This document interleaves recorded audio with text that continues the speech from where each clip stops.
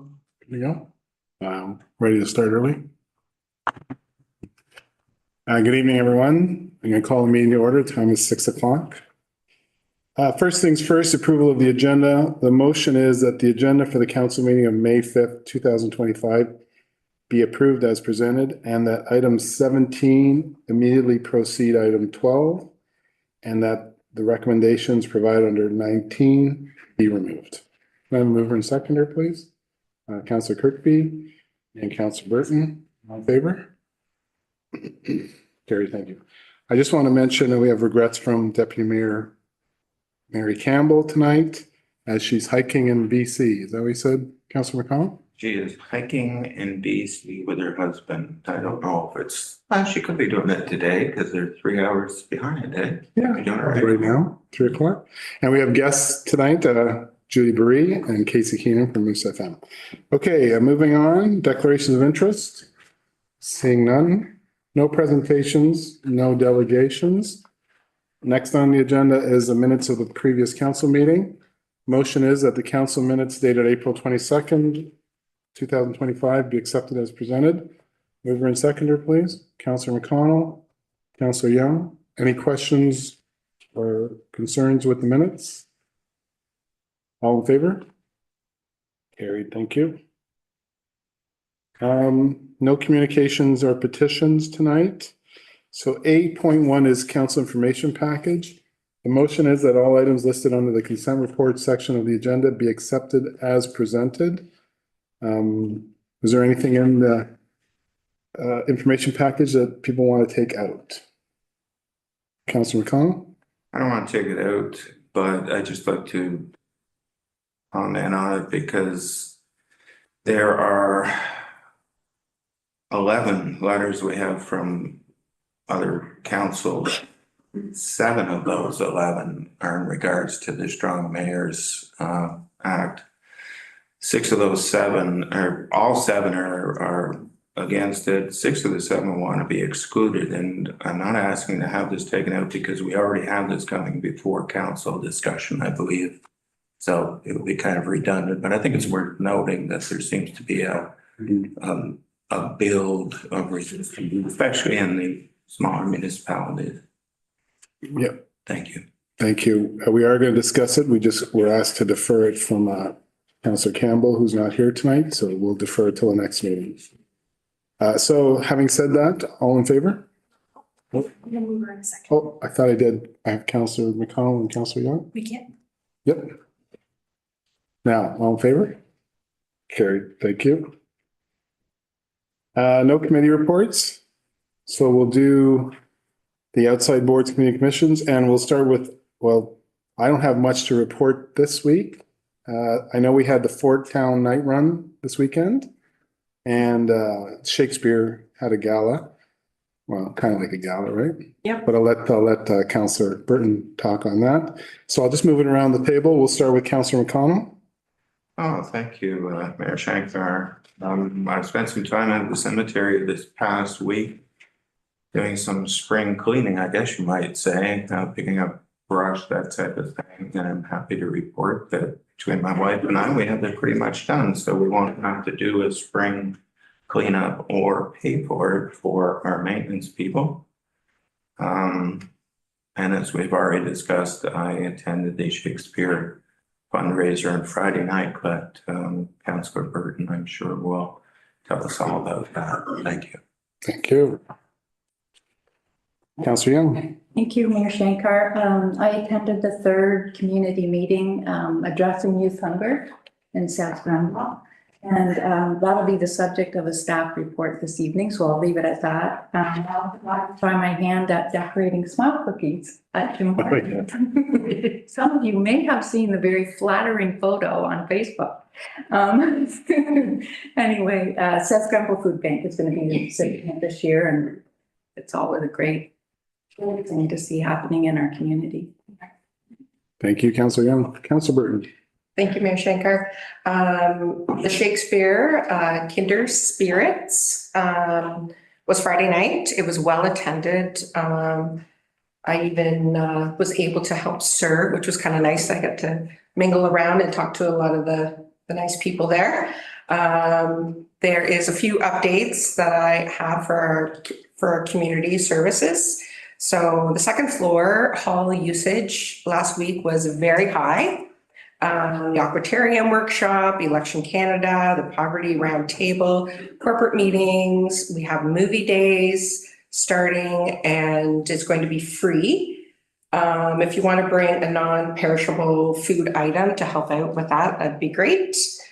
Swimming lessons for our pool will be opening soon it is open and that's through the Y website.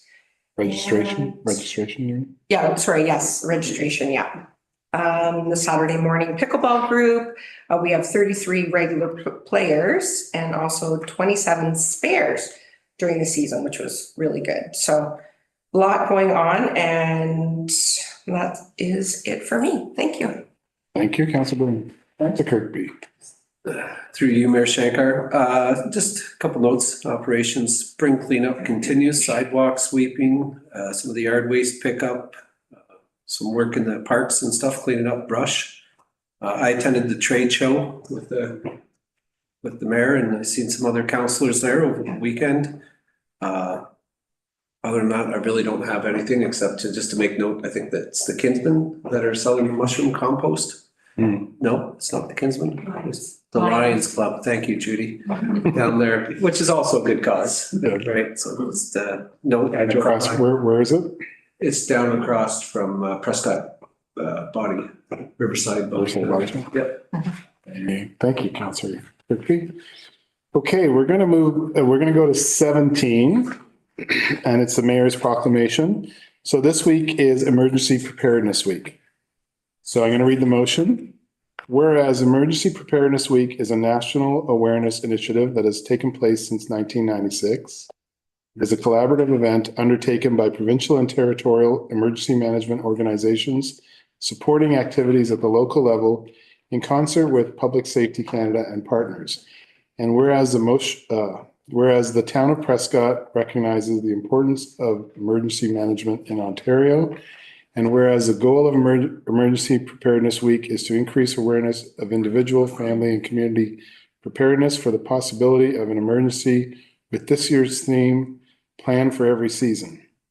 And whereas Emergency Preparedness Week encourages everyone to take simple steps to become better prepared and remain safe when facing a range of emergencies.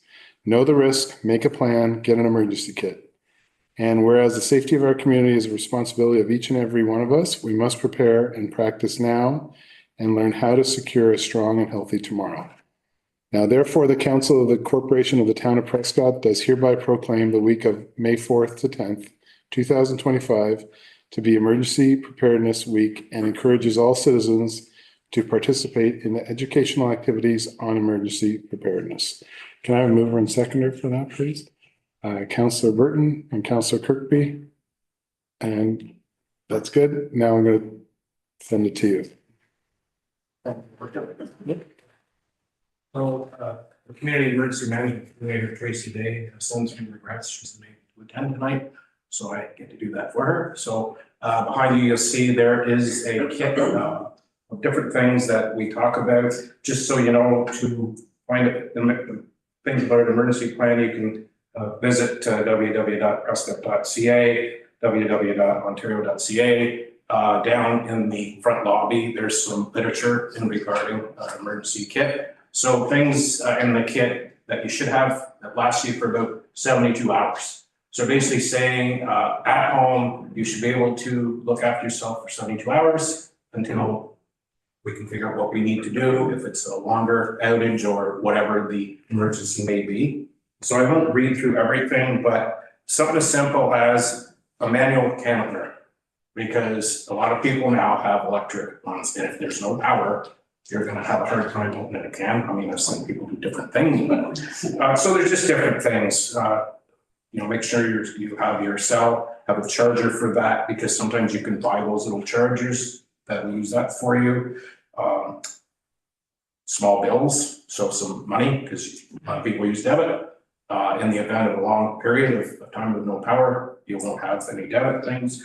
extra medications, first aid things, Ziploc boxes to keep things dry, and extra food, non-perishable stuff. Something I will say too is what we want to think of too from our perspective. Obviously, we would help people, but helping your neighbors. So in that 72 hours, you might have a neighbor that might be elderly or lives alone or whatever the case may be. So it's not always just look after yourself, but look after your neighbors.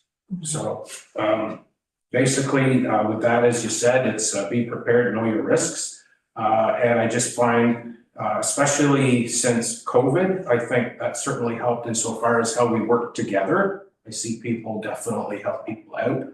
So, and then the last time we had a long outage of power, people helped out. So definitely I won't continue on about it, but definitely there's literature and I think on the website as well. So thank you. Thank you, Chief. Any questions for Chief? Oh, good. Councilor Burton? Oh, thank you.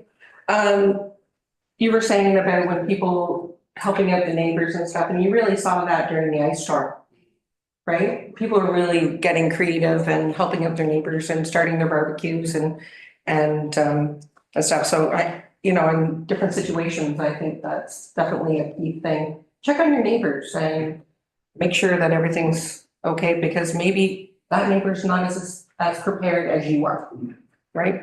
So, thank you. Thank you. Chief, was there a display downstairs? Did I see something downstairs? There is smaller setup down there, and table, and there's more literature as well. Good. Just good for the public to know. All right. We have the motion with Councilor Burton and Councilor Kirkby. So all in favor? Carried. Thank you. We're going to move on to our staff reports. The first one is staff report 25-2025, the St. Lawrence River water levels. This is just for information. So Matthew, the floor is yours. Mr. Mayor. So we did receive a request to discuss water levels in the St. Lawrence. So I thought it would be a good opportunity to explain a little bit about how it's determined and how it's governed.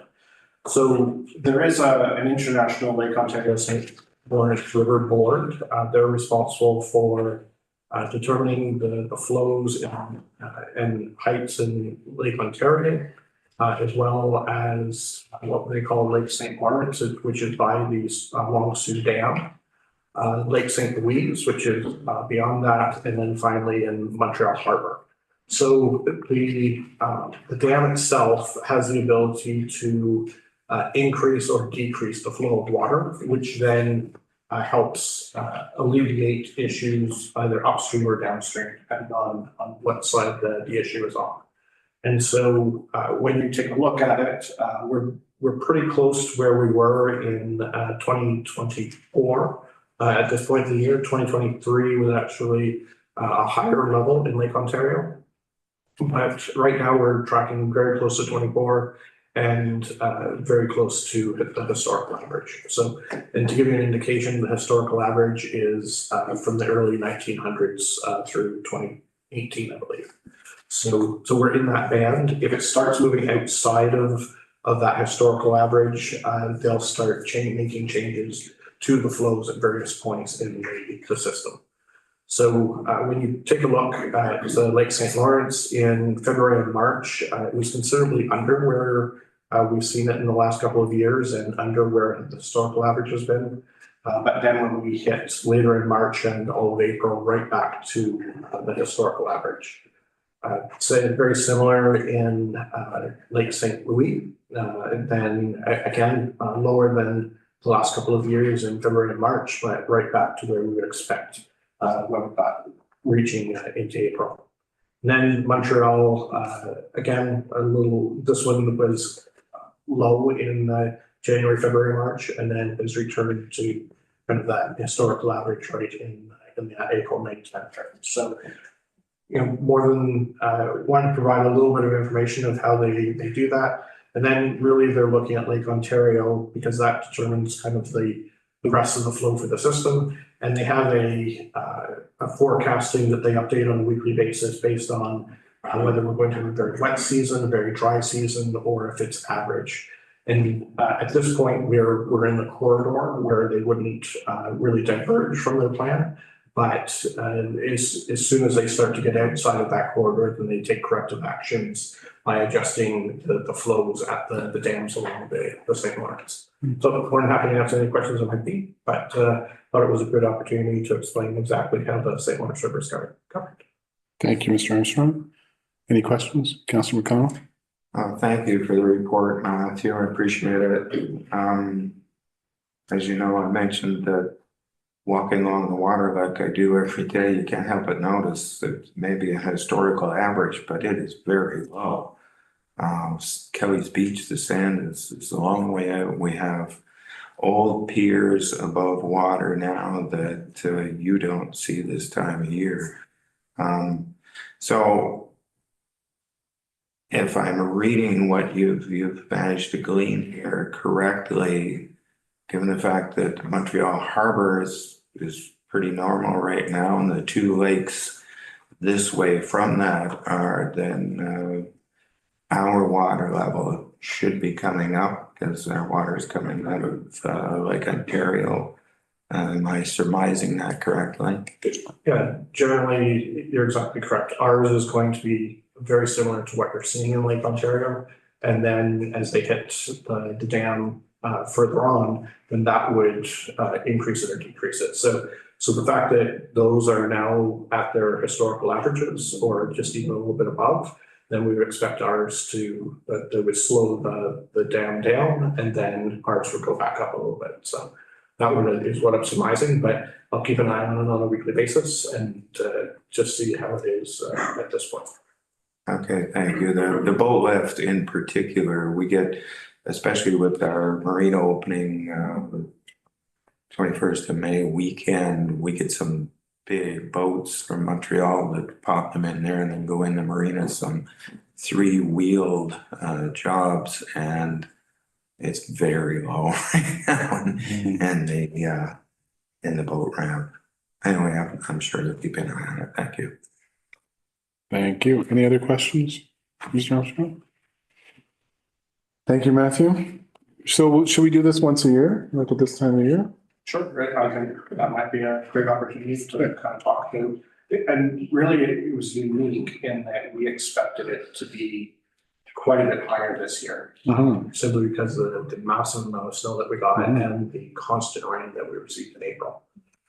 So, you know, that being said, they have kind of a stipulated guidelines that said that they, I think, did a proactive approach to it and said, let's get stuff through the system so it's not backed up. So. Great. All right, thank you. Moving on.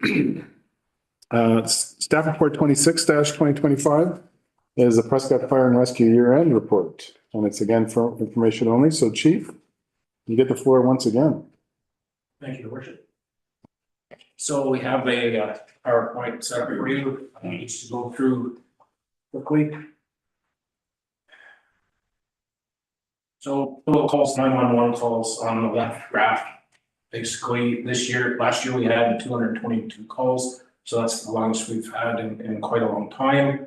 And one person mentioned it's increased since I got here, which is nice of them. And with that, call types is the next one. So when you look at that, it's based by alarms, fires, JAWS, medical calls, and that is how it's set up on the computer. And we can break those down, like alarms could be smoke alarm, CO calls, activated alarms, things like that. Fires, burning complaints, nuisance calls, fires, structure fires, car fires, things like that. And then JAWS, so that's not just us rolling out all the time with the heavy high JAWS of life story. It could be a fender bender, things like that. So that's just how they're set up. And then medical calls obviously are easy to say. It's just basically we assist EMS with our agreement with them. So quite a few calls on that. And the next one shows our fire protection agreement. So that graph, I'm gonna work on that next year, so you actually know what the spots are insofar as flex up and down. So the yellow one is Augusta, and that just basically shows the calls from 220 to 224. And then Edwardsburg Cardinal is in blue, I guess that would be. So basically it just shows some calls up and down as we go. There's no rhyme or reason. It's just when our neighbors require us in those areas that we respond to, we go. Chief, your previous one had 0 for mutual aid though. So that is just for mutual aid versus a fire service agreement. So our fire service agreement is something we have in place that we respond to. Say it's a medical call just outside of town, we would go to that. Whereas a mutual aid would be something where we would either have someone come in and assist us, like we had this year, or we would go there. So at one point in time, we went to Spencerville and took the area, right? So that would be something where they would call us. So that's where the mutual aid. So we had no mutual aid calls in 2024. Okay, thank you. So then, I can wait till the end or ask, no. Just want to go back onto that chart here. If I'm looking at that, Cardinal Edwardsburg has been on a continuous climb since 2020. Is there a reason for that? Did our areas of responsibility get bigger in Cardinal Edwardsburg? it's actually a good question. It's just based on responses to certain locations. Let's say that sometimes EMS, we might go to a few residents several times for different things. Sometimes it could be occupancies, industries, things like that. So I guess my question there is, so the fire protection agreement, that's obviously an agreement between the town and the municipality of Edwardsburg, Cardinal and Augusta.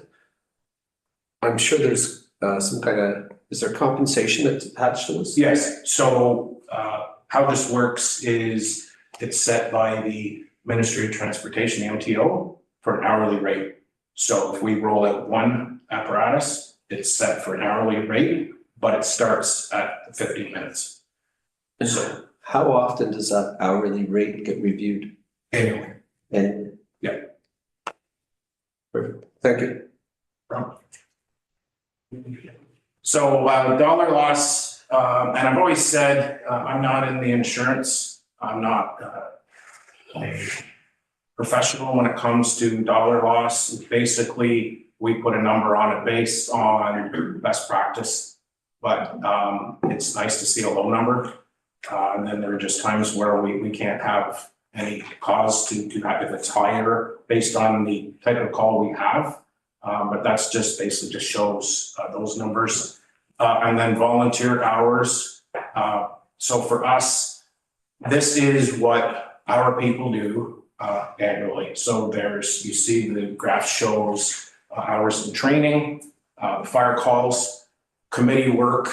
So committee work is when you saw the actual literature in the report, it talks about the truck committee, looking after our SCBA and things of that nature. So make sure that all of our equipment is in a ready state. That's that part of that graph. And then fire prevention and inspection, that would be basically what Brent does. Tracy does time of that as well. And then if I was required or someone else was required to assist, then we do that. And then other, and I can talk about that later on, but for that, basically, I may as well hit it now. So for example, that's a very high number, but we hosted the games last year. So there was a lot of time and effort put into our group to set up and to do all the things in behind the scenes. And then there are open houses. There's so many things that we do. So that's just sort of the other to kind of catch that.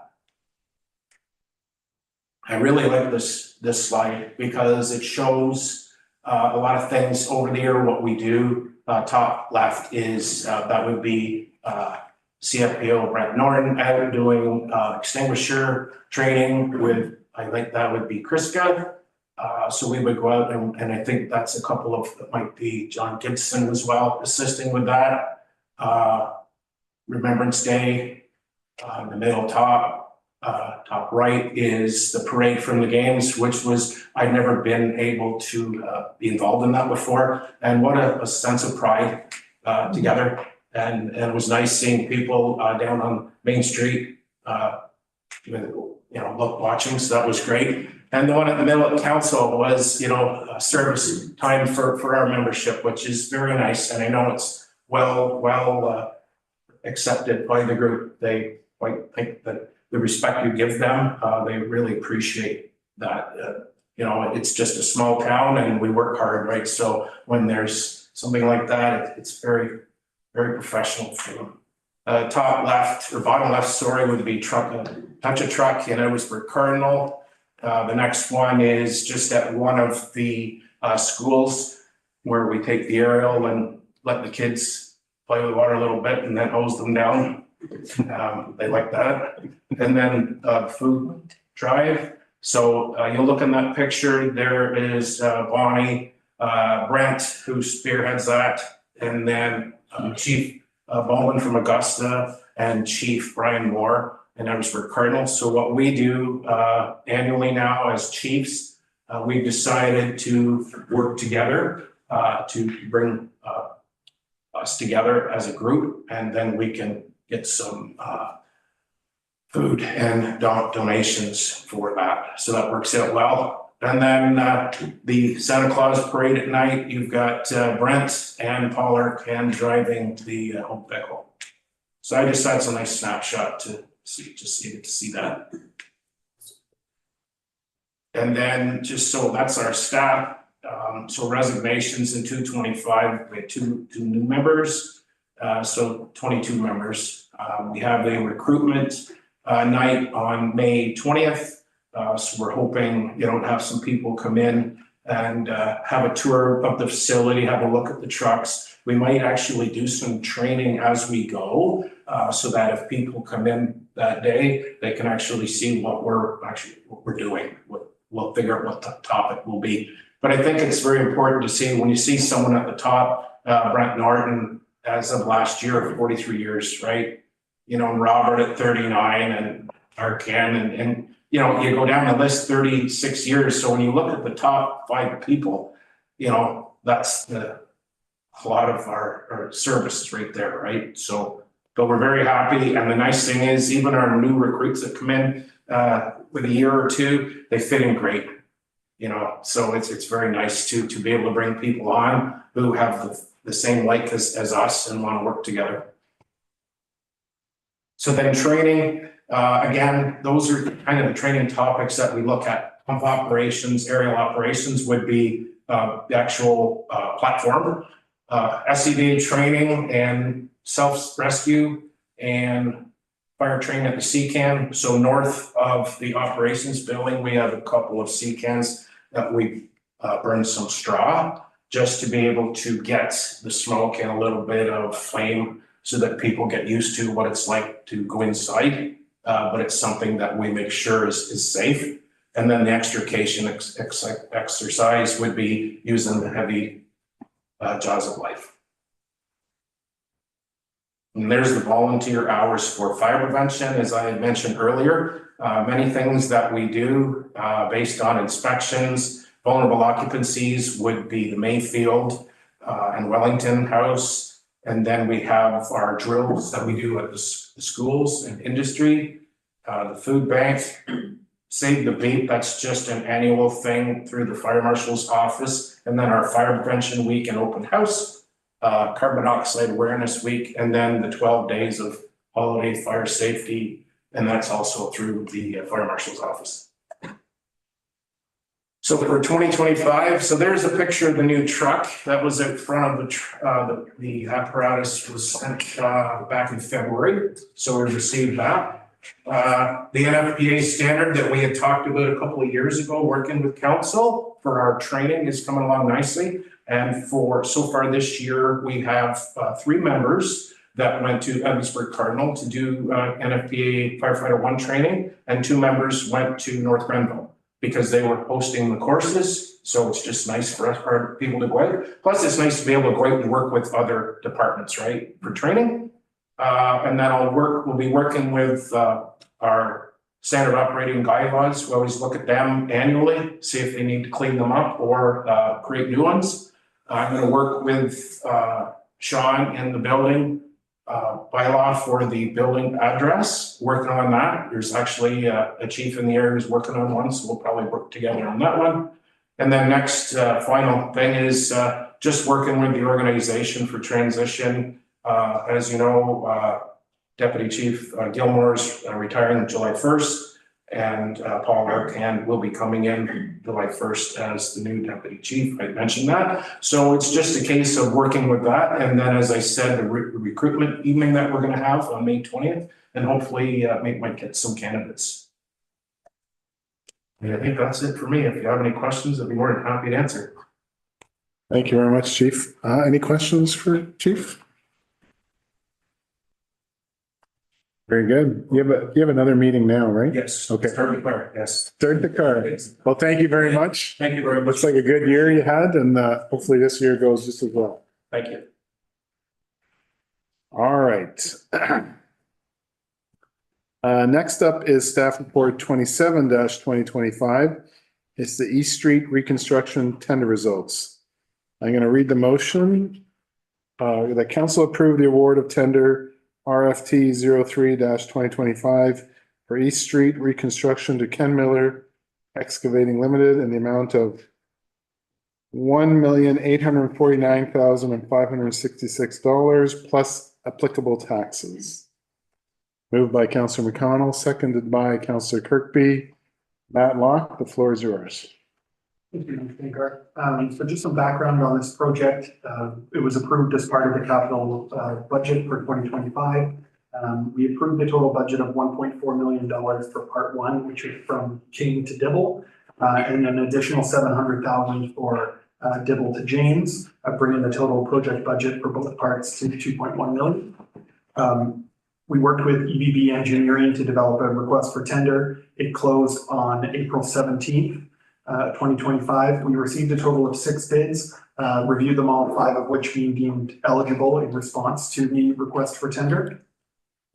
So the East Street reconstruction project is a full depth removal, meaning we dig all the way down, we replace the water main, the sanitary sewer, the storm sewer, and also every appurtenance along the way. So catch basins, manholes, lateral connections, and then we're also rebuilding the street itself as well as the curbs and sidewalks. One of the items with this street in particular, East Street, is quite narrow.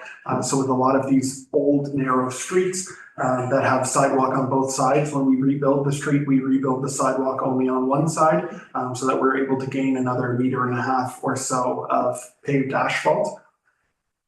So the way that these major reconstruction projects have typically worked in the town of Prescott is that we do a major road reconstruction every 2 years, part of which is because of our funding sources. It allows us to build up enough money in reserves to be able to fund a project this large.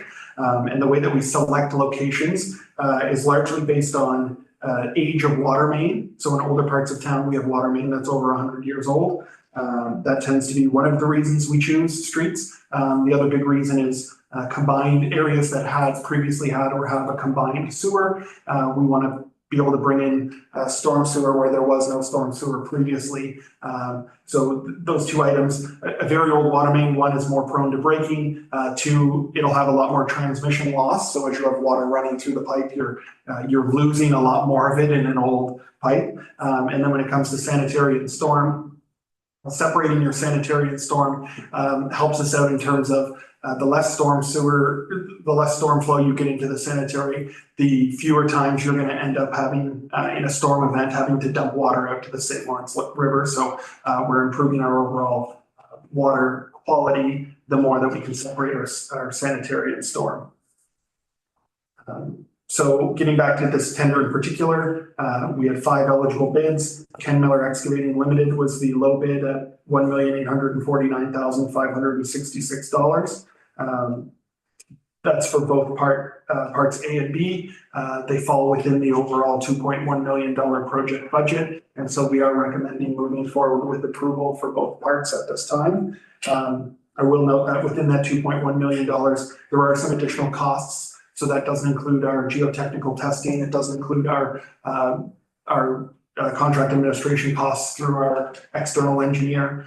So there are a few other costs. 1.85 million to Ken Miller will be 100% of the costs on the project. But we still, including those additional costs, we still are within budget at this time. Speaking a bit more to the financial implications, it is a unit rate tender. So cost is per unit of work. So obviously we don't know exactly how much rock will be removed in this project or exactly how much asphalt will go down. So those are paid on a per unit basis. So there is a $100,000 contingency included in part A and an additional $70,000 in part B to address any increases in quantities that may be required during construction. Noting the funding sources for this project, $800,000 of the funding for Part A and $267,000 of Part B are funded through the Canada Community Benefit Fund. The remaining funding for the project comes from water and wastewater reserves. So I'll open it up to questions at this time. Thank you, Matt. Mr. Law. Councillor McConnell. Thank you, Mayor Shanker. Matt, you mentioned the per unit costs, which I understand.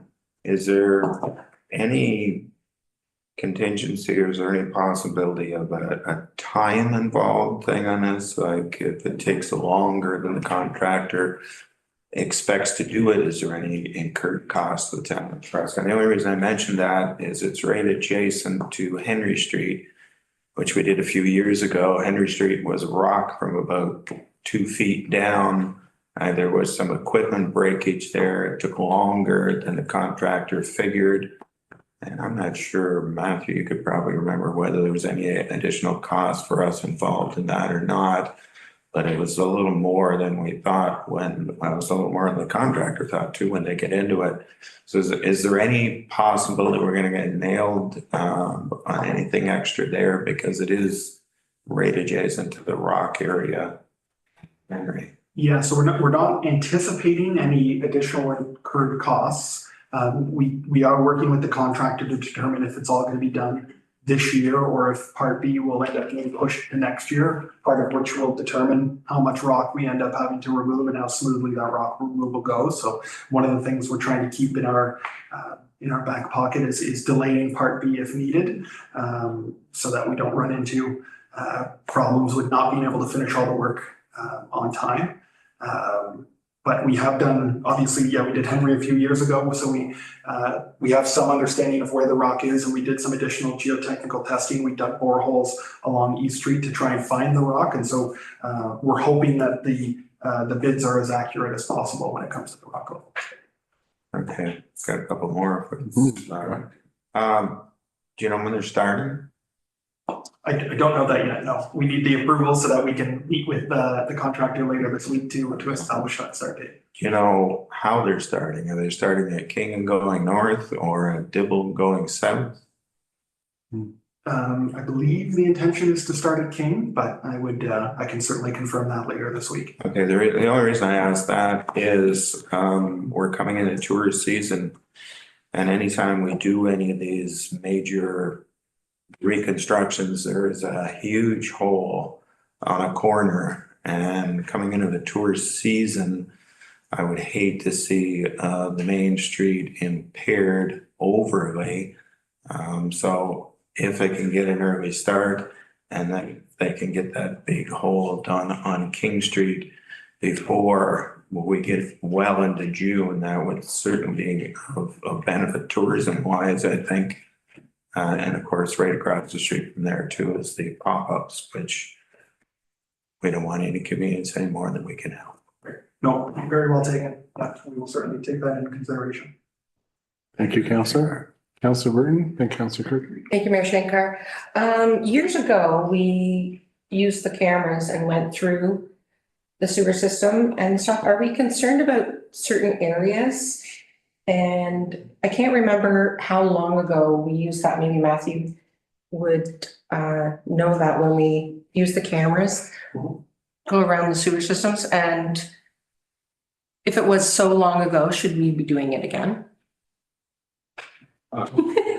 So we did Either this- or. we did it in the early 2020s. Yeah. And so generally there's not a lot of change from year to year unless you have a collapse, that sort of thing. Mhm. So I think we have a really good understanding of what our relatively current status is. And this one did highlight that there's a lot of issues because between Dibble and King, we're talking about somewhere in the late 1800s is when it was installed. So it doesn't owe anybody anything at this point.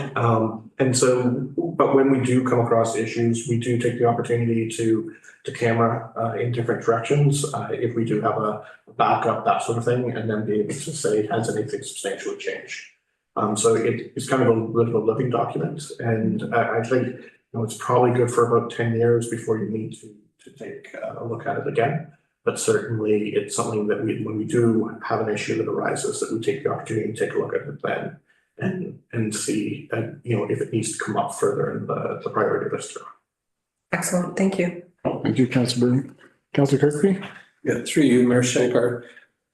Matt, when we do this project, I imagine the road, some sections are going to be totally torn up. Do we have a plan for the residents and where they can park during that section or that time? Yeah, so the intention, depending on which part of East Street you are, we're gonna try and supplement you into some of the town-owned parking spaces. So we'll use the Leo Boyden for parking for the people further north, and then is it the pop-ups lot for the pop-ups gravel lot for people further south. So it's not a perfect solution, but in both cases, you're kind of within a block, hopefully in your home. Right, and so obviously then people will have lots of heads up that this is coming and stuff like that. Yeah, so as soon as we get the contract finalized, we'll start with letters to the residents. Okay, that's it. Thank you. Follow-up? No, I just thought of something, and I think if you walk it, it's pretty obvious, but some people listening might wonder why the sidewalk from Dibble to King is on one side, and the new sidewalk from there to James is going to be on the other side. Perhaps you could explain that. Sure, so you're catching me slightly off guard, but the piece further north, I'm almost certain is because we recently did that. We went across James, that sidewalk is quite new, right? Or north of Dibble. I believe so, yes. And also when you get to Dibble and East Street, it aligns better if you switch from one side to the other. Okay. That's what I was looking for. Thank you. Thank you. So I did have one question, Matt. It was the overrun costs. So I know that, there was a lot of media attention to a project in Brockville that went overrun quite a bit. And I just don't want us to run into that. I know we're putting 100,000 and 70,000, but when we get to those numbers, are we going to be deciding further if it's going to go over that?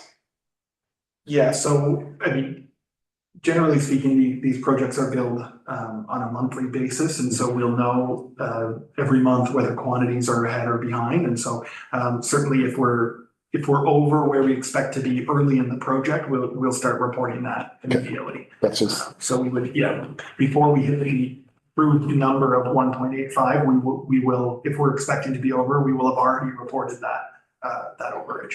okay, just don't want any surprises, right? Thank you very much. We already have a mover and seconder with Councillor McConnell and Councillor Kirkby, so all in favor? Carried, thank you.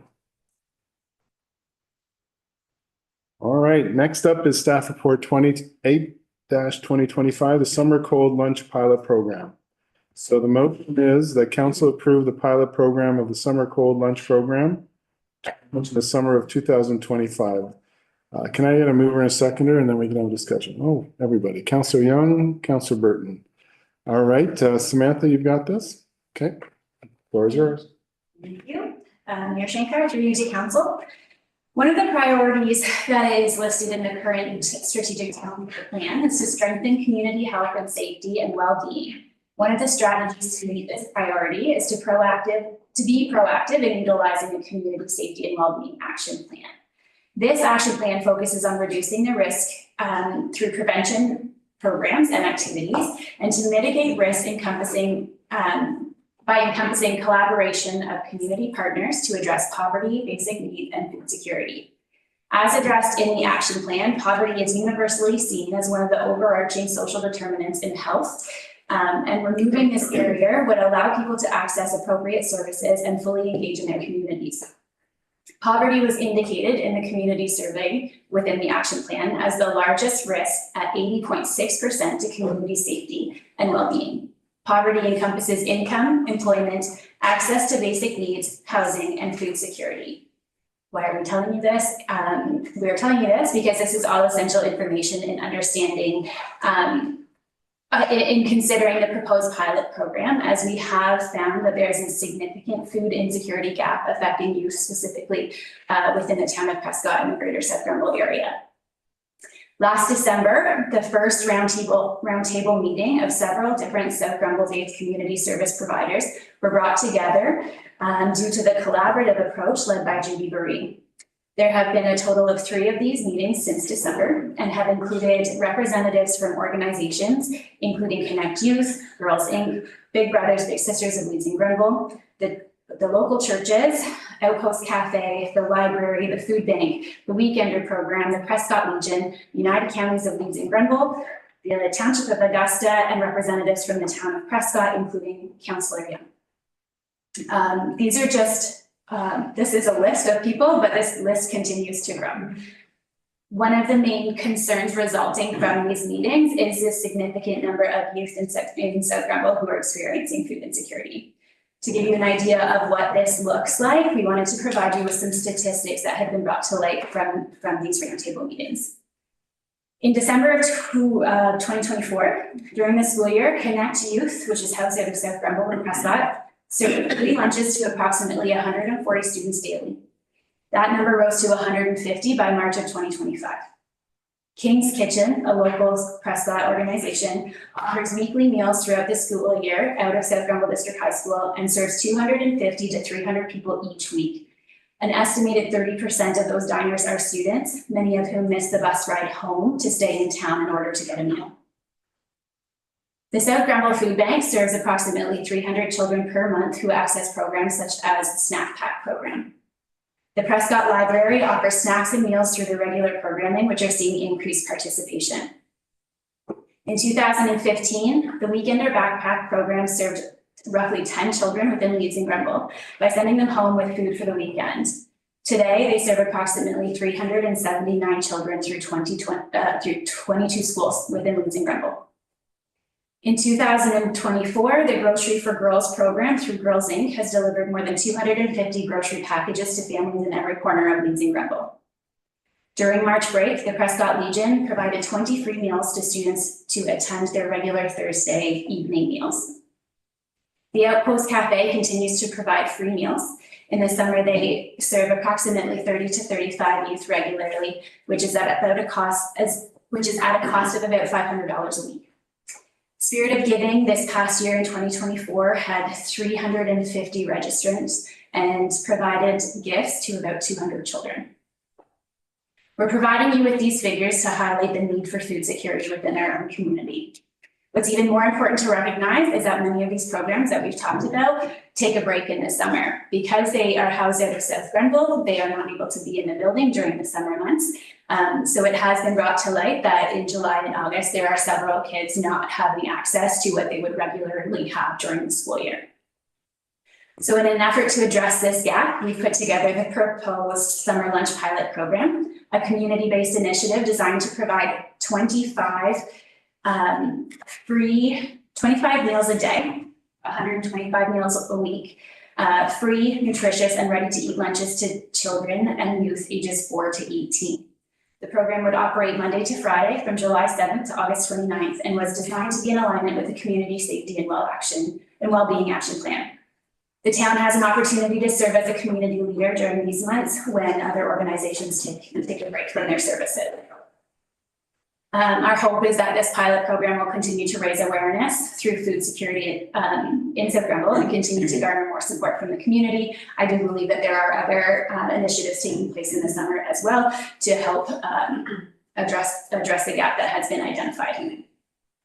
The staff report outlines the structure, the goals, and the financial implications of the pilot program. Meals will be prepped out of one of the town's health inspected kitchens and will be served from the community shed and canteen that will be set up at Centennial Park. The products offered out of the canteen will not be anything that will compete with Katerina's, and allows this programming to happen in a stigma-free environment. We will dedicate one summer student to the program and will begin volunteer recruitment to assist in program delivery. We would also initiate sponsorship recruitment for local businesses and organizations. A $625 sponsorship will support a week's worth of meals, which works out to 125 meals a week. Through grants, sponsorship, and municipal resources, the program would operate at a break-even with no net financial impact on the town. The pilot program would be assessed at the end of the 8-week commitment period, and the report will be brought forward to council with recommendations for future programming. If you have any questions, I'm happy to answer them, but that would be the basis of the report. I think everyone has a question. Councillor Young, then Councillor Burton, then Councillor Kirkby. Thank you, Mayor Shankar. Really great report, Samantha. It's really thorough and it really outlines the challenges that our youth would face in the summer while the other organizations take a pause. And I see this as a call to action for our council. It's a great opportunity, as Samantha mentioned, to be a leader and to face the challenge. And we can do that. We can allocate funding. We can leverage our facilities, our community-owned facilities, by providing a safe hub for food distribution. And it's an opportunity for us to collaborate with all of our community partners that I think is really important. And I don't see it as just an immediate solution, but I think it's also a really good investment for the future of the town, for a healthy town. Mm-hmm. Thank you. Thank you, Councillor Young. Councillor Burton. Thank you. Pardon me. Thank you, Mayor Shankar. Samantha, I might have missed it. How are we going to go about to register? Excellent question. Through Mayor Shankar. So what we would do is what we've learned from these meetings is that youth tend to have access to cell phones. So what we would intend to do is release an online registration form. So we would put out that registration form so that kids do have to register. That's going to allow us to have a good understanding of what our needs are going to be for the week. Mm-hmm. And I think at this point, we're looking at allowing that to go out weekly. So it's not necessarily serving the same children throughout the duration of the 8-week program, mm-hmm. but be open to anybody to register on a weekly basis. And just a follow-up too. So how are we going to, is this going to be in schools? Are we going to send information to schools to put on their website? How are we going to get the word out? I know there is the library, there's a group down there that they can have meals and stuff at the library and different places in town, but how do you get the word out to somebody really in need? I think the first place we want to start is at these community roundtable meetings. Those are all of the leaders of the organizations that are already experiencing the magnitude of this concern. We would also then reach out directly to the schools. Amazing. Yeah. Councillor Kirkby, thank you, Councillor Burton. Through you, Mayor Shankar. Samantha, so we're going to hand all this out down at the canteen, the community shed, but let's say it's a week of rain. Like, reading this report tells me two things. One, it'd be great to have a youth center back in Prescott, right? So the youth would have somewhere to go, right? So my question is, if we have 3-4 days of rain, they're not going to go down to the community shed or down to the water. is there a possibility that we could host at the Leo Boyden Community Center, which would be easier to walk to than, say, the Elaine Share Training Center, or somewhere that, you know, these kids that are still hungry could go somewhere? Or the library. I think And the that's an library excellent, might be yeah. limited, right, as far as space, but. I think that's an excellent suggestion. Town hall on its own, because we're delivering, or because it will be available Monday through Friday and falls within opening hours, town hall itself could serve as that distribution site. But I do think that is a fantastic idea in the event that there's not going to be anybody down at Kelly's Beach in the pouring rain. So, Yeah, yeah. I guess to add on to that, if we did it at the Leo Boyden Center, how often is that booked during the day, during a weekday, per se? So we currently do have 3 weeks of summer camps booked Yeah. out of the Leo. But that is all more pad related. So if it was just a pickup kind of idea, it could certainly be done within the lobby and because people will have to register for this program, we will have their contact information. So in the event that we're not going to be down at the canteen, we would be able to communicate with them as to where that pickup location would be. And so my next question, if I may, through the register, right, I mean, I'm involved in soccer. What I find sometimes is we have to go out and register the kids at times, you know what I mean? Because there's a lot of parents that just aren't capable of doing it, or they won't do it for their kids. So how do we make sure that them kids are served also? You know what I mean? So they don't have the means, or mom or dad or whoever is too busy to actually register them, and they show up looking for a lunch. I would hope we give them a lunch if possible, you know? Yep. Has that been discussed at the? Yeah. Okay. In that situation, well, first of all, I don't think we have to limit it to just online registration. We can have an in-person registration here at Town Hall as well. We would just have to keep an eye on that kind of 25 a day structure.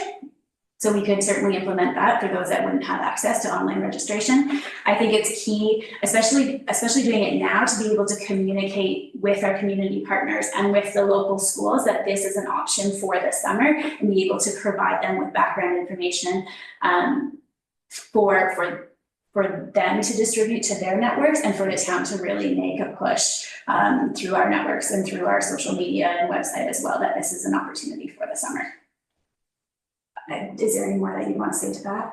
I think if the numbers exceeded 25 coming to the town of Prescott, we still anticipate that there'll be 30 to 35 children going into the Outpost Cafe on a daily basis. So if we augment that, the program that the town would have available, and then the Outpost Cafe would be feeding almost 60 kids a day, which would be great. And we're still not going to be getting as many of them as we can, but it's going to be a big help. Yeah. Than it would, much more than last year. And I believe that there might be, one of the churches might be running a lunch program as well. I'm not sure if that is to take place or not, or if that's just been discussed around the table as an opportunity potentially. I think Donna can probably, it's Presbyterian Church, but that's in cooperation. If I'm allowed to speak.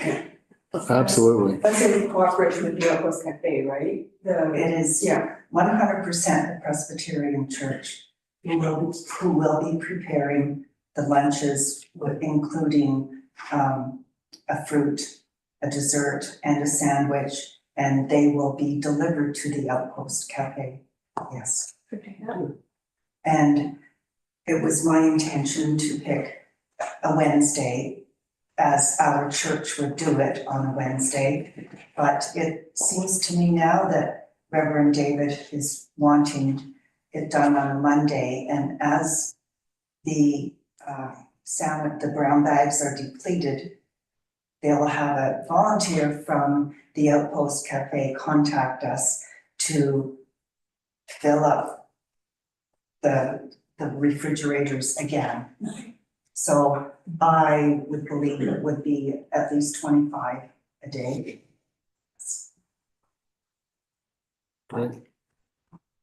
Sounds like a very good project, and it's sad that we need it, but it's going to be very helpful for the whole community. Councillor Connell?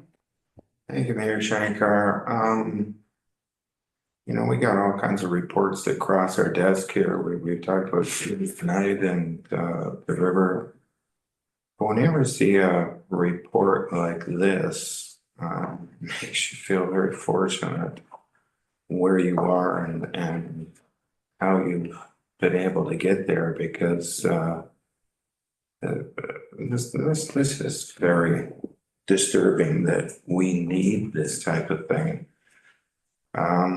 I was going to ask how you come up with 25 people, but Jody mentioned that there was actually far more people than that are actually, so we're going to look after another 25 on top of what's already been done, and that's great. I can't imagine though being that person that's at the restaurant or at our shed down at the rink and the 26th kid comes up looking for a lunch and doesn't have one. I've been catching up in the newspaper since I've been home. Mary had to say it for me. And I see in the winter where people who are cold come to the warming centers and the places where there are beds and it's full. That person on the door has to turn them away. What I find difficult about all programs like this is when you look at the breakdown of how much money is put towards it, it's the amount of money that's used up in salaries and in fixed cost things that doesn't actually go to feeding or clothing or housing.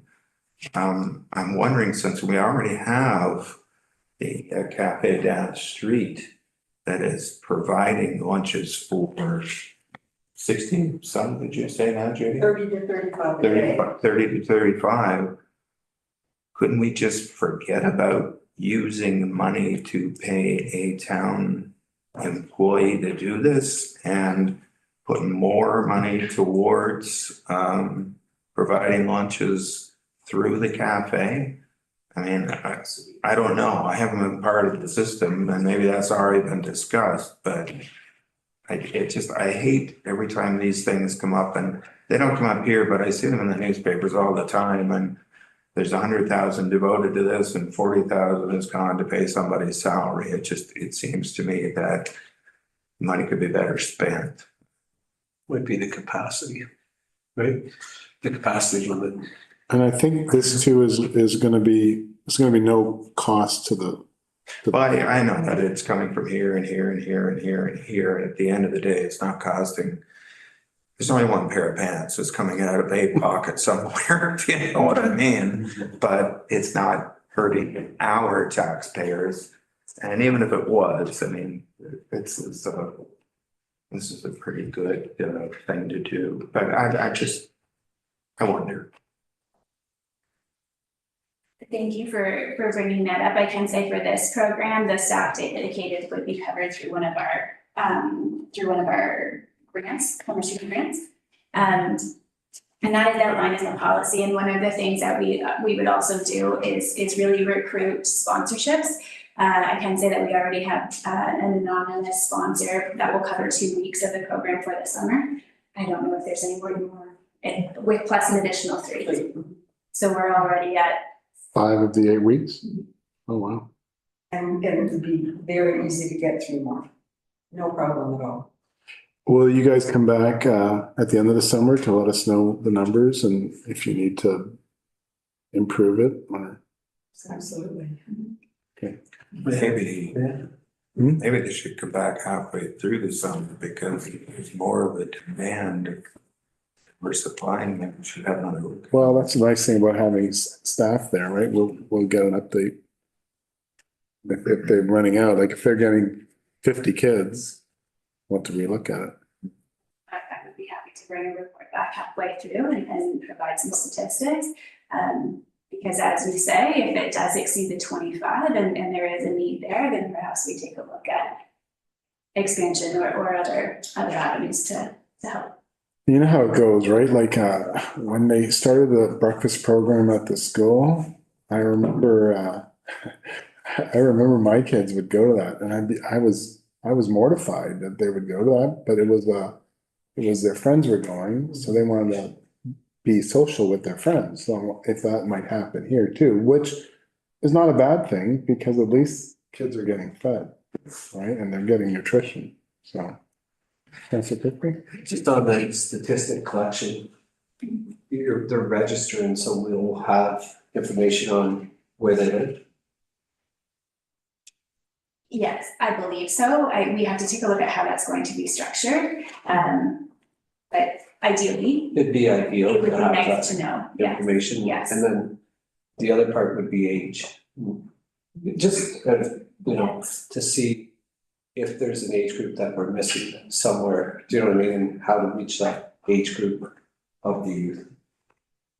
I think that collection of residency would be ideal in the sense that we may lean on our tri-council partners if we see that we're feeding.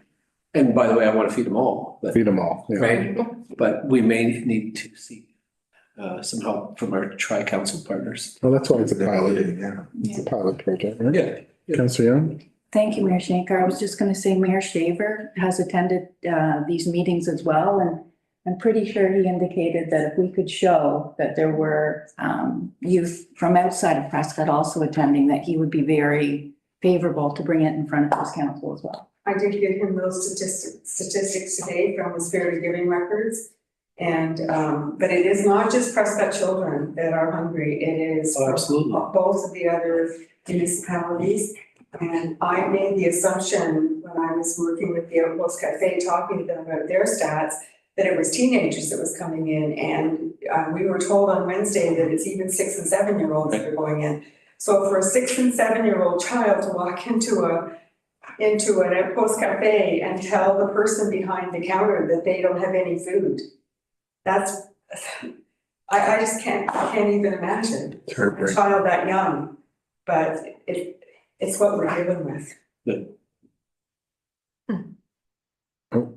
Last one? Last one, Got it. thank you. So I love this idea and thank you, Christoph and Judy and the community partners to come together. This is absolutely something that nobody ever thinks about, nobody ever talks about, but it's important. One of the things too, if we do reach the 25 meal a day, I am sure that staff would say, you can go to the Outpost, and, show them a different avenue. Right? I think so. I'm sure there's different avenues we have to start somewhere. Right? And thank you. All right, thank you, everyone. Thank you, Judy and Donna, thank you. We do have, I do have a mover and a seconder, so I'm going to call the question. All in favor? Gary, thank you. All right, the last of the reports is staff report 29-2025. It's the ICE allocation policy. The motion is that council approve the amended ICE allocation policy for the Elaine Chartrand Community Center effective May 6, 2025, and that council approve the 25-26 ACCC rates effective September 1st, 2025. Mover and seconder, please. Councilor Young, Councilor Kirkby, Samantha, this one's yours as well. Mayor Shankar, through you to council. The ICE allocation policy is due to come back annually to council. After it has been, the ICE allocation policy is meant to come back to council on an annual basis. The proposed changes come after a full year of the 2024-25 season. And the changes the updates that we would like to, or that we are recommending to improve the policy itself are really to streamline administrative efficiency for both the user and staff as well. So you can see in the report what the updates are and the reasoning behind the updates. And the recommended policy revisions are based on the findings, as I said, from the full year of implementation. In terms of alternatives, council can choose to decline the recommended updates and no financial implications. Great, thank you. Any questions, Councillor Kirkby? Through you, Mayor Shankar. Samantha, just for the understanding, we have the adult prime time and the minor prime time, and I believe the minor stands for, i.e. minor hockey, Prescott Figure Skating Club. These are that's association prices in groups that meet that. That would meet the youth, yes, the youth definition, yes. And then the one thing that we talked this last year, but it's based on the Cardinal Edwardsburg model, is the dead ice. So the dead ice, when we get into the details here, has to be booked 7 days in advance. Where in our neighboring municipalities, right, you can go there and pay $10 as a drop-in fee. And I'm wondering if that's something that staff would maybe consider looking at to mimic the same kind of usage in Prescott. And the only reason for that is I believe kids leave to go get that dead ice in Cardinal and Spencerville that are from Prescott, or they want to use Prescott, but instead they end up in Cardinal Spencerville taking that dead ice time. And I believe usually we have somebody at the Elaine Chartrand staff there. So I'm just wondering if that's possible to maybe look at that. I don't want to hold up the train, but something that I think, I think about the 16-year-old kids, right, who want to go drop in, and they can currently do that in Cardinal Edwardsburg. They can drop in and go out on the ice for $10 for the hour.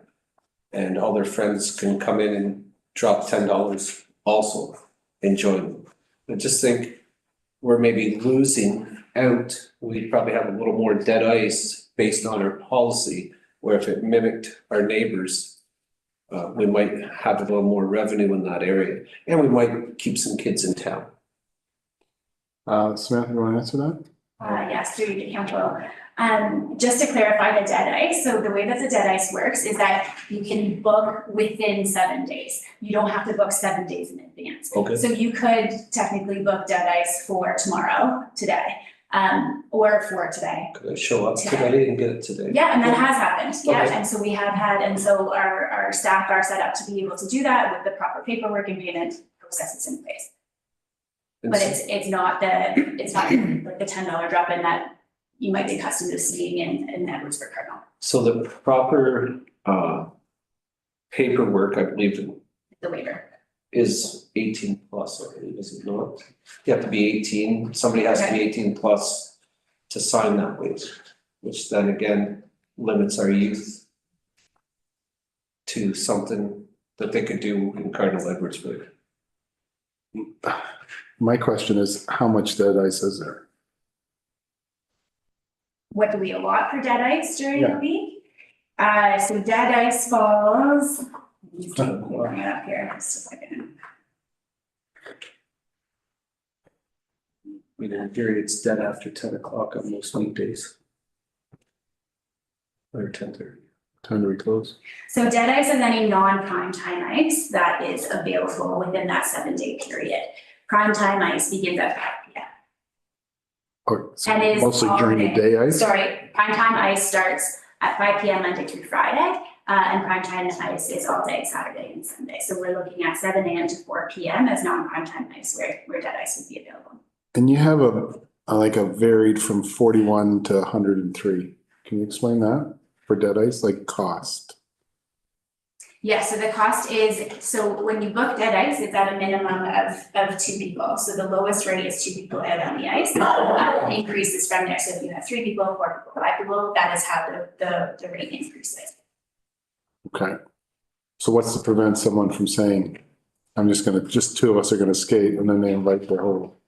And it would be up to staff to say you pay for two. Okay.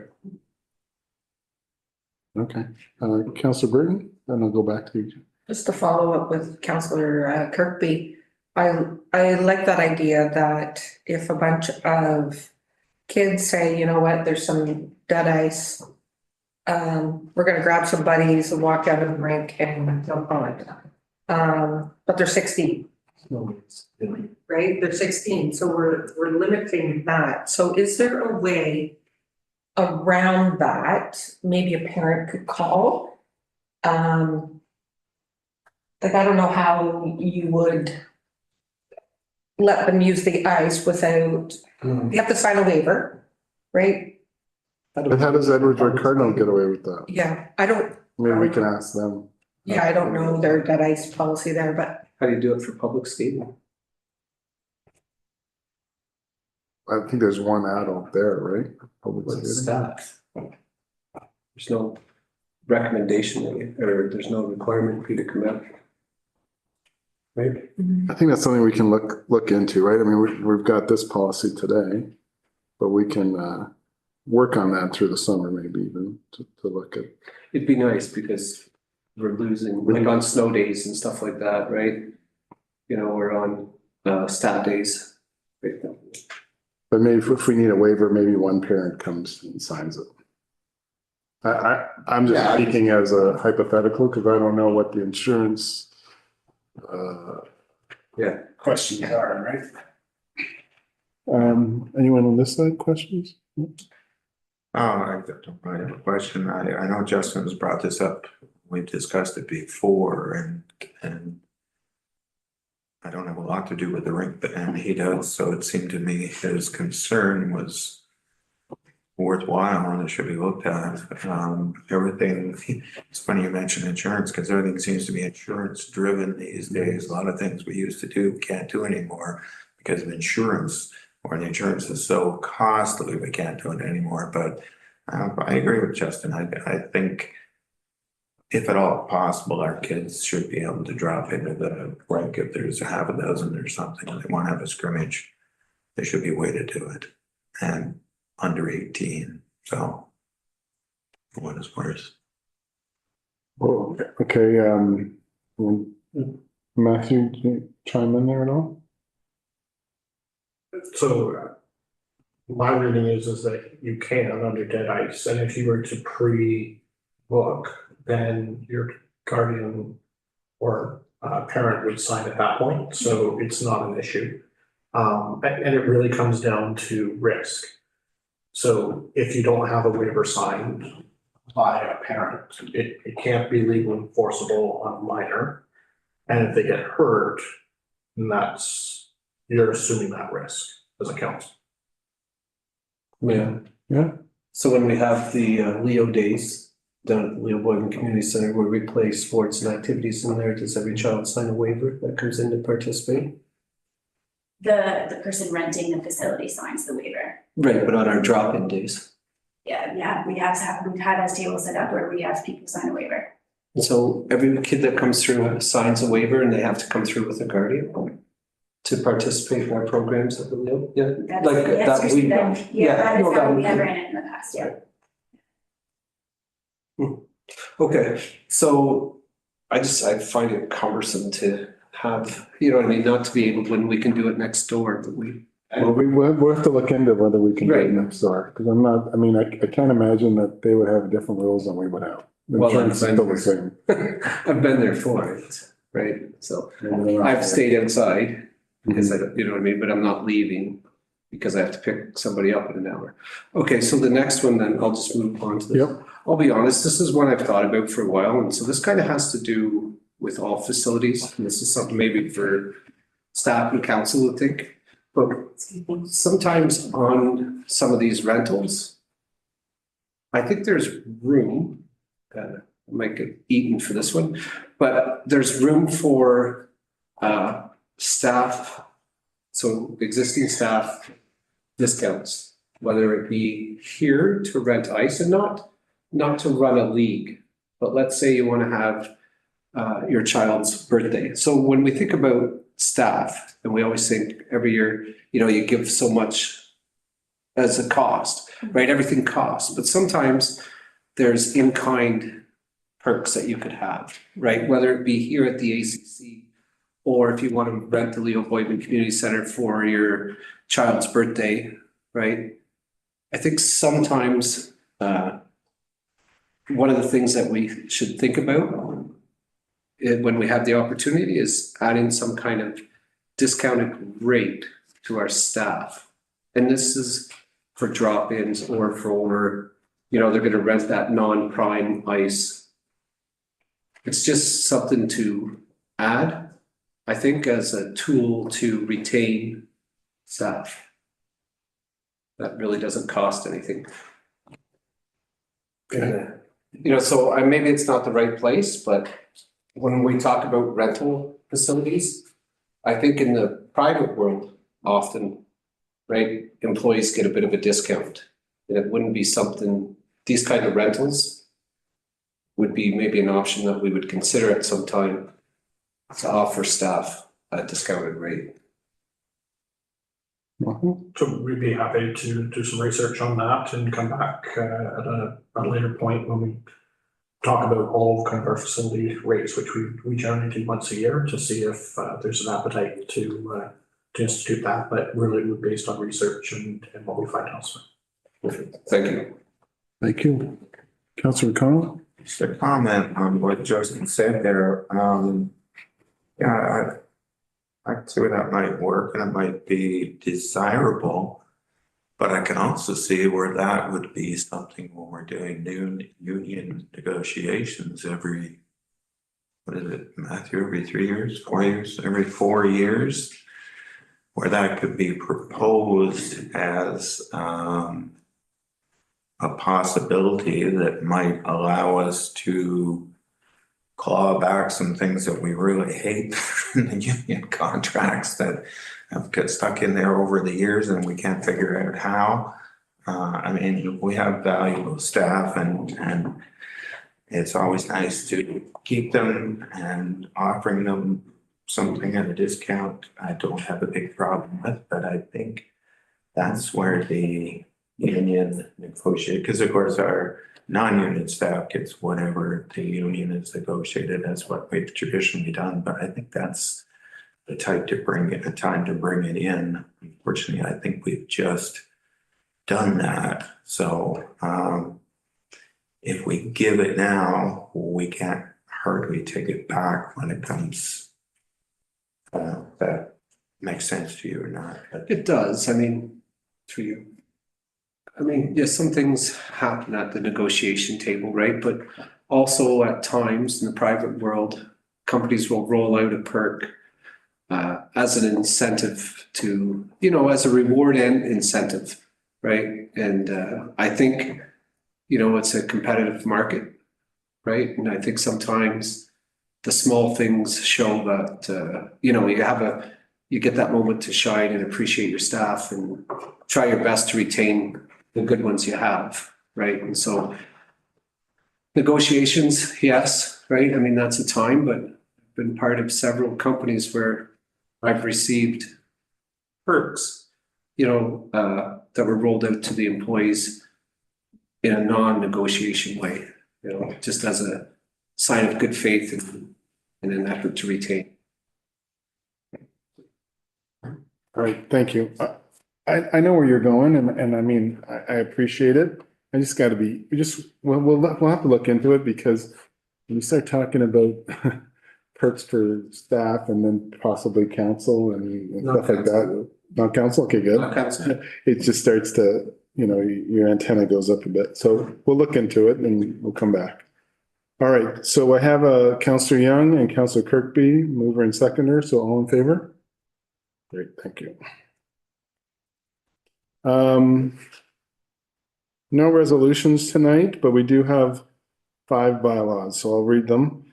First one is the 2025 estimates bylaw. The motion is that bylaw 18-2025 being a bylaw to adopt the estimates for the sums required during the year 2025 for general purposes of the corporation of the town of Prescott be read and passed, signed by the mayor and clerk, and sealed by the seal of the corporation this 5th day of May, 2025. Mover and seconder, please. We got Counselor Burton and Counselor Kirkby. All in favor? Great, thank you. Next is the 2025 tax ratios bylaw. Motion is that bylaw 19-2025, being a bylaw to set tax ratios for the year 2025, being read and passed, signed by the mayor and clerk, and sealed by the seal of the corporation this 5th day of May, 2025.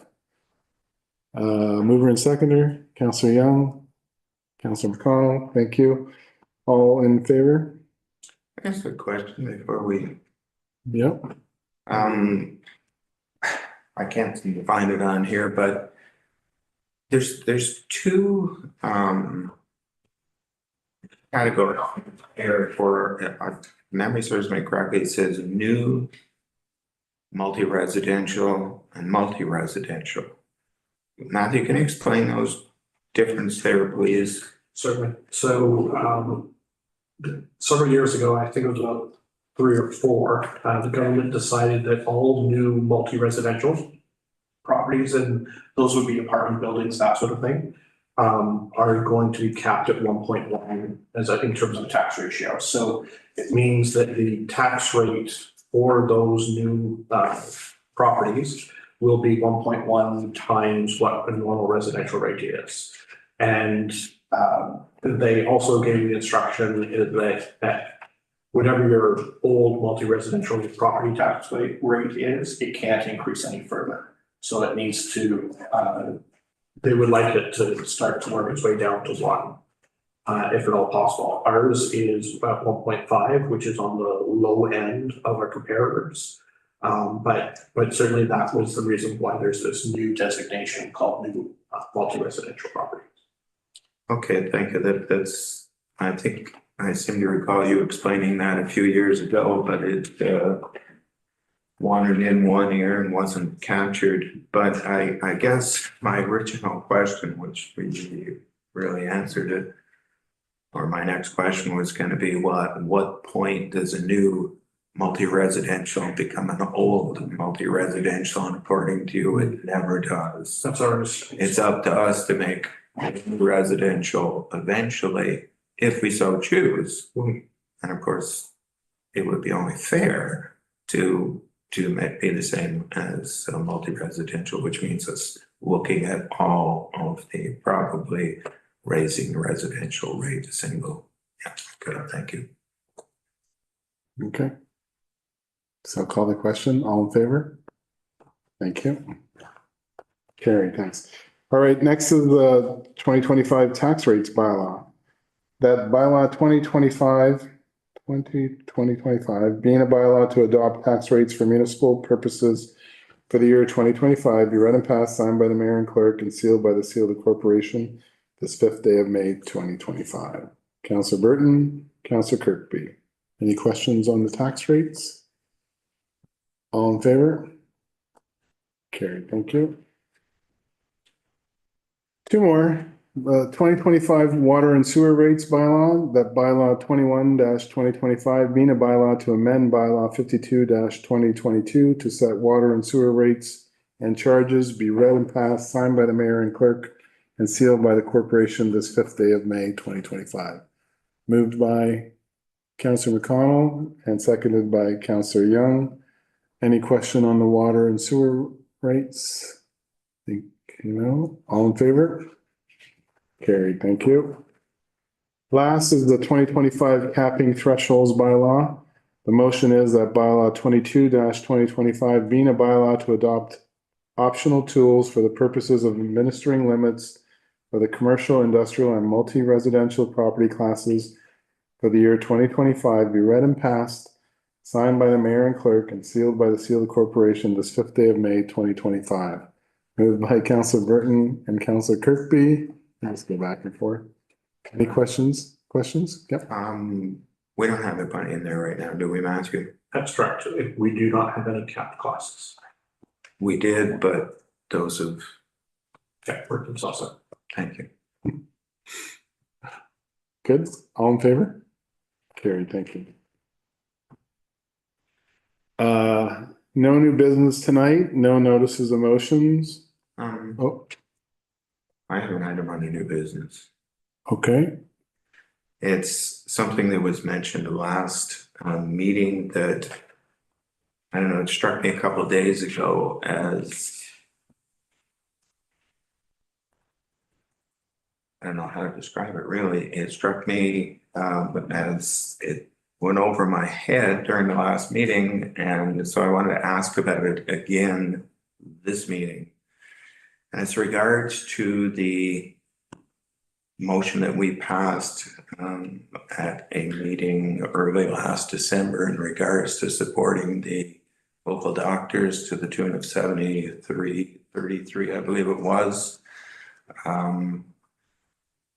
I was under the impression that we had paid that.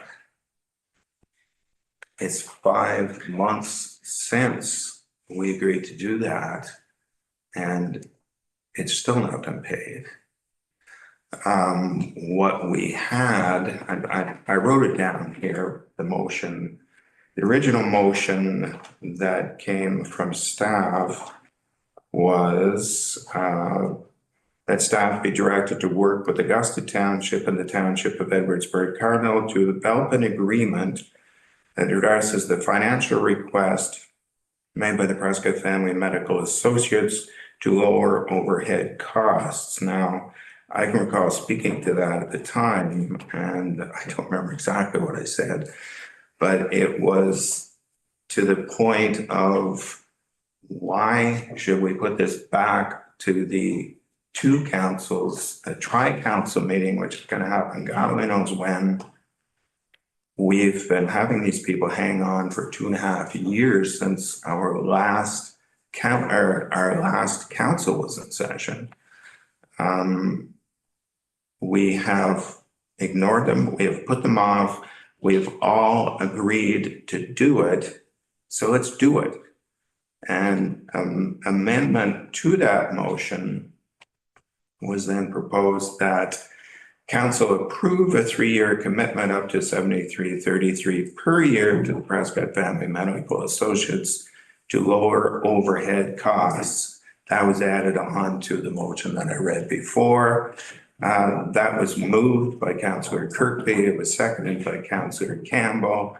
I don't really recall whether it was a unanimous vote or not, but I do recall that it was voted. I presumed that they had been paid, but I am under the impression now that it hasn't been paid, and I see where we have been invited to a tri-council meeting on, I believe it's the 29th of this month, which is going to pass, put it 6 months after we agreed to do it. We agreed to do it.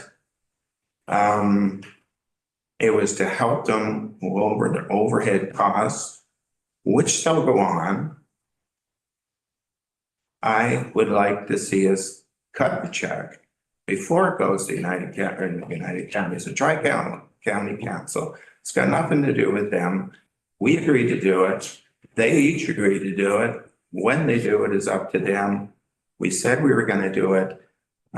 Let's quit putting these people off and give them the money. And I would be prepared to move a motion that we do that immediately as of tomorrow, if you think it's appropriate. Councillor, you were the original mover of that amendment. Let's just hold, just 1 sec. Have we written a check or is it? No, we've not written a check yet. The 3 municipalities have come up with an agreement. That's been, I believe, shared with the Medical Association, and the intention is to bring it on the 29th for all 3 municipalities to understand the agreement, work through it, and then it would be approved sometime after that at each council. And then the checks would be issued at some point after that. So we do have a plan. Okay. It's a plan that was suggested by staff last year. We said, no, put the 73 in. We agreed to do it. And you have basically just gone on and done exactly what you've been doing, I which take offense is to that putting them comment, off. Councillor McConnell. Pardon me? I take offense to that comment. Well, you can take offense to it if you want, but the way I look at it, that is exactly what's been happening. It's the same thing that's happened for the last 2+ years. It just Counselor, keeps getting Counselor. put off. Hold on a second. Your reference to 2.5 years ago, there wasn't a request for money at that point. There was a request for support Right. and we never addressed it. It was never brought back to us. There's two parts to every story, right? There's two sides. I will admit. So we're gonna do this. I was The as guilty as tri-council, anybody else, the tri-council but I didn't push it. initiative. So the agreement has been worked through the three councils, the three CAOs, and it's coming the end of this month. So it's gonna get done. And it has been approved. So we've approved it, but we're just gonna approve the agreement as well. Which we Procedure. should have done months ago.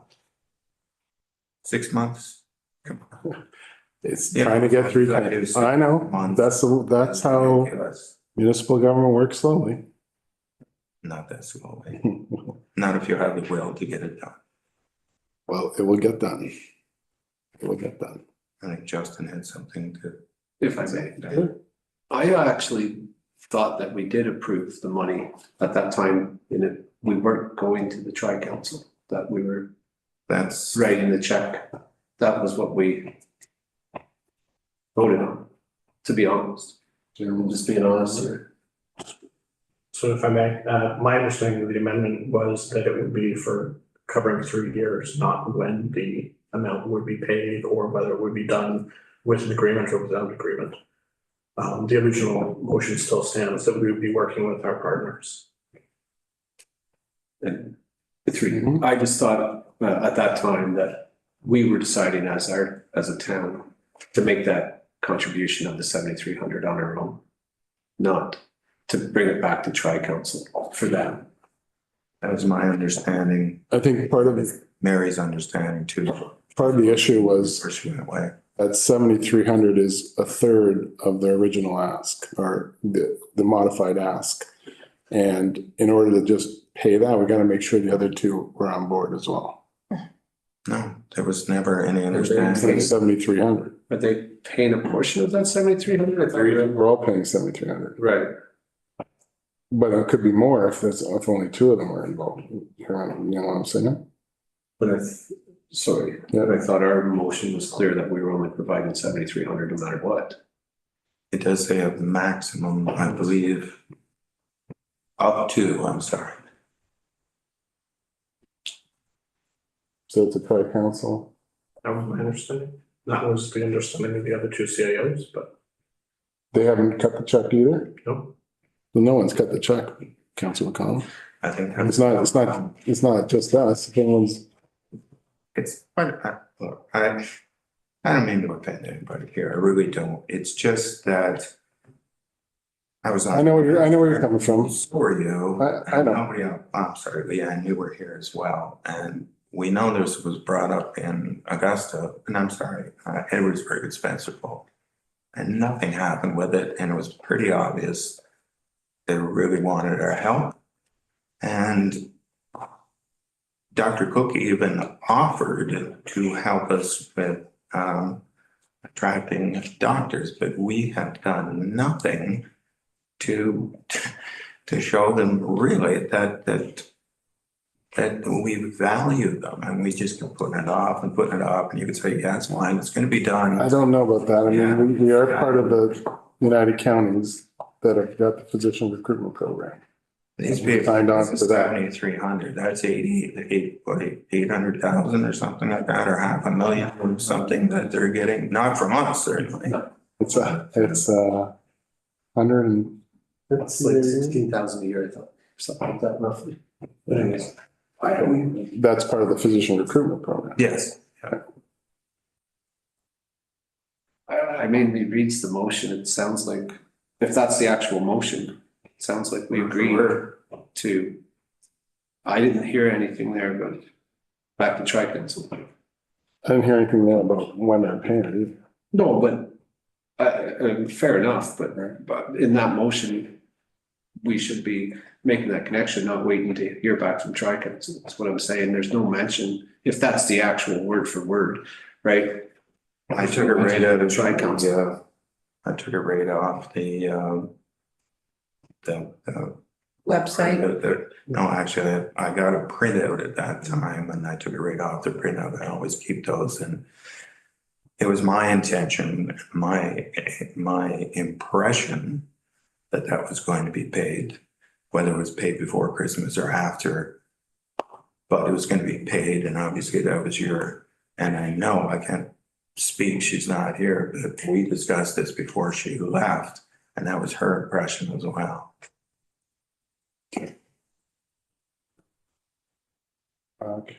Matthew? So I just want to understand that council is okay with us issuing a $7,300 check with no stipulations or understanding of what the agreement is.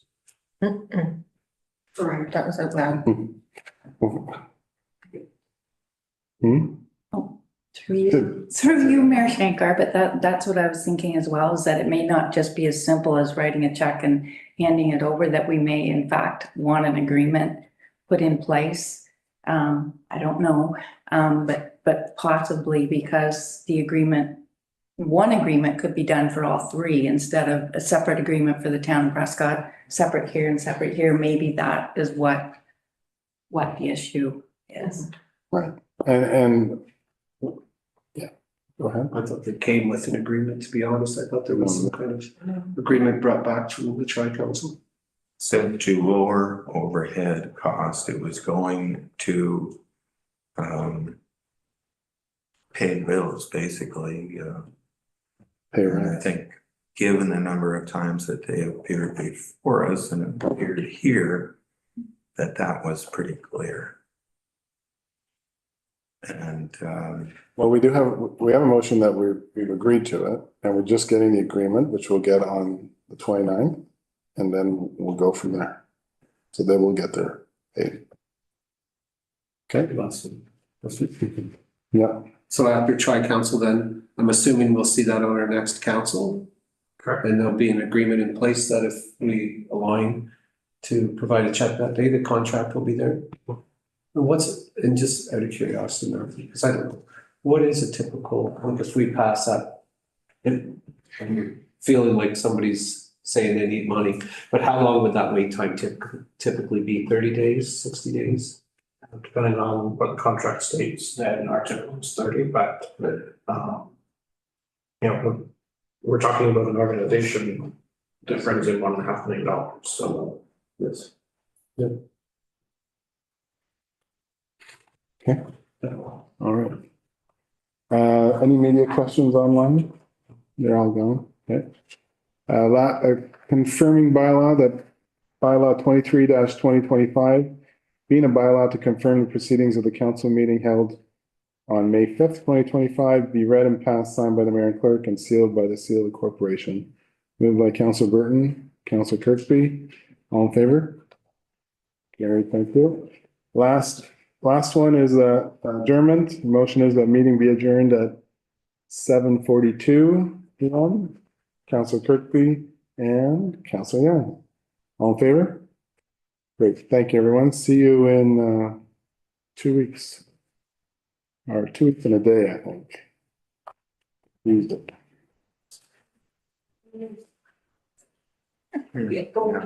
Oh. Go Leafs. Thank you very much.